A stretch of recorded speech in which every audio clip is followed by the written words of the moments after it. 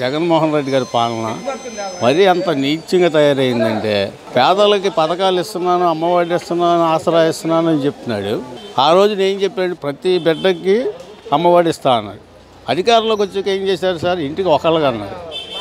ఆ ఒక్కళ్ళు కూడా కోతలు పెట్టి 60 లక్షల మంది ఉంటే 40 లక్షల మంది కూడా ఇవ్వకుండా ఇచ్చారని చెప్పేసి 4.5 సంవత్సరాల నుంచి రోడ్డు మీదకి రాని మనిషి.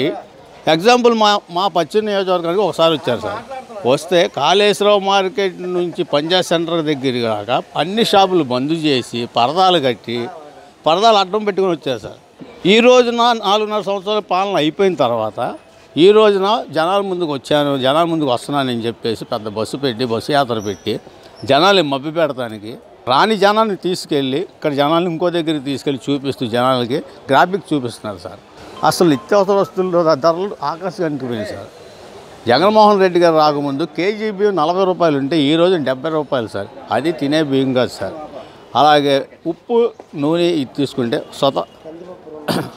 స్వతహా నూనె ప్యాకెట్ వచ్చి 60 రూపాయలు ఉంటే ఈ రోజు 200 రూపాయలు అయిపోయింది సార్.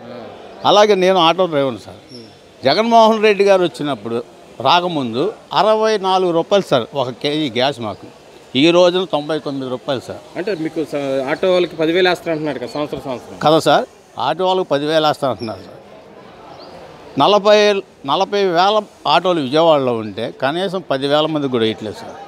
వేయకపోగా ఈ 40,000 ఆటోలకి ఈ ఛానల్ పేరుతో ఒక నెలకు వచ్చేటప్పటికి 2,000, 3,000 అది కూడా సార్ మాకు తెలియట్లా.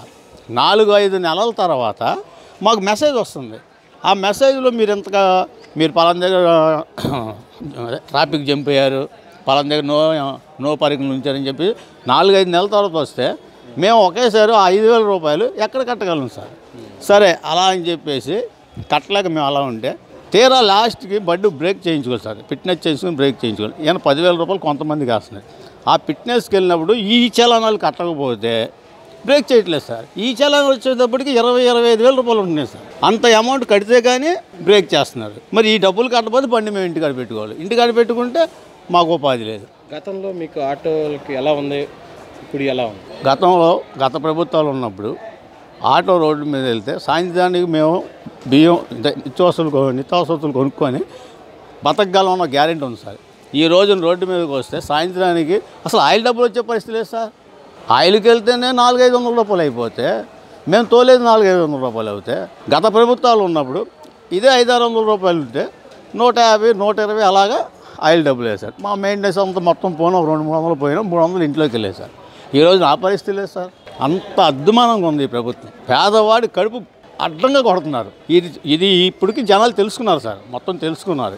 ఫస్ట్లో వచ్చేటంటే వాళ్ళ నాన్నగారు రాజశేఖర రెడ్డి గారి మీద అభిమానంతో ఆయన చేసిన పరిపాలన ఇచ్చి ఈయన కూడా అదే చేస్తారనుకున్నారు. డెవలప్మెంట్ అనేది లేదు సార్. ఈ రోజున మా ఏరియాలో నిరుద్యోగులు బోల్డ్ మంది ఉన్నారు సార్. వాళ్ళ ఉద్యోగాల్లో ఇళ్ళగాడ ఉంటున్నారు. అలాగా వాళ్ళు ఈ రోజున 6,000-7,000 పెట్రోల్ బంకులు వాటిలో ఉద్యోగాలు చేసుకుంటే వాళ్ళు చదివిన చదువుకి ఎంబీఏలు బీటెక్లు చదివి ఉన్నారు సార్. వాళ్ళ పరిస్థితి ఏంటి సార్? పరిశ్రమలు ఏమీ లేకపోతే అదే చంద్రబాబు నాయుడు గారి ప్రభుత్వం మేము అనుకుంటున్నాం సార్. ప్రభుత్వం వస్తే పరిశ్రమలు మనకు వస్తే అమరావతి డెవలప్ అవుద్ది, మన పిల్లలకి ఇక్కడే ఉద్యోగాలు కలుగుతాయి అన్న ఆశిస్తున్నాం సార్. చాలా దారుణంగా ఉంది. లేబర్కి అసలు జీవన ఉపాధి లేదు, కార్మికులకి అసలు ఏమి న్యాయం జరగలేదు. ఇప్పుడు ఏది కూడా ఒక పద్ధతి ప్రకారం జరగట్లేదు. పాలన మరీ దారుణంగా ఉంది. అంటే యువతకు పెద్దపేట వేస్తానని జగన్మోహన్ రెడ్డి గారు పదే చెప్తున్నారు. ఏది ఎక్కడ మార్పు ఎలా జరిగింది, దానికి సంబంధించిన వివరాలు కానీ ఆధారాలు కానీ ఏమున్నాయి, ఏం చేశారో వాళ్ళని ఒకసారి దానికి సంబంధించిన వాళ్ళు చేసిన వాళ్ళని చూపించమని చూస్తే నమ్మడానికి జనాలకి ఆధారం సాక్ష్యాలు ఉంటేనే నమ్ముతారు.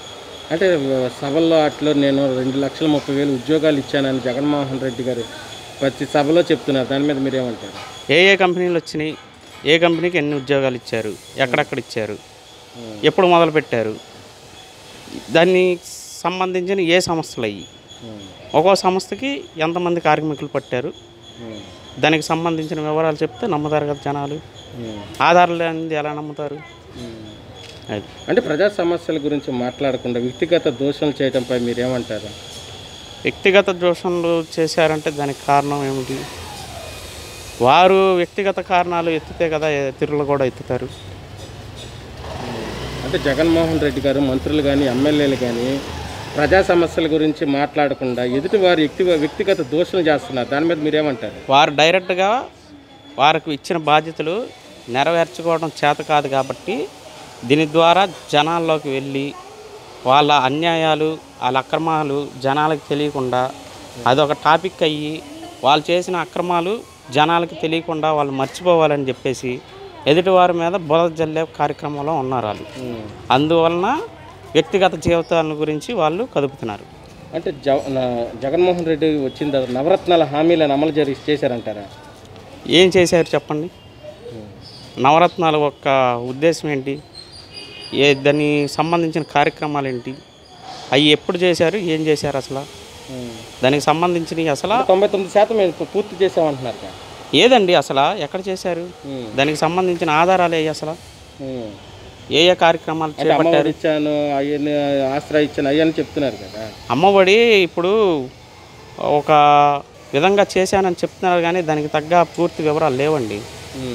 వివరాలు ఆధారాలు అనేది ఎలా నమ్ముతాం? అంటే వస్తున్నాయి కదా అందరికి పిల్లలకి. వస్తున్నాయంటే ఇప్పుడు 10 మందిలో ఒకరికి ఇస్తున్నారండి, 9 మందికి ఇవ్వట్లేదు. ఇచ్చామని చెప్తున్నారు. మరి దానికి సంగతి ఏంటి? మద్యపాన నిషేధం చేసి ఎలక్షన్కి వెళ్తారు. మద్యపాన నిషేధం అయింది. మద్యపానం నిషేధం అనేది ఆయన చేయలేదండి. ఇంకా తిరిగి అదే ఒక వ్యాపారంగా ఆయన సొంత బ్రాండ్లు ఎన్నో దింపుతున్నాడండి. దాంట్లో ఈరోజు పాత ప్రభుత్వంలో 100, 150కి వచ్చేవి కూడా ఇప్పుడు 200, 300 కూడా ఉన్నాయండి.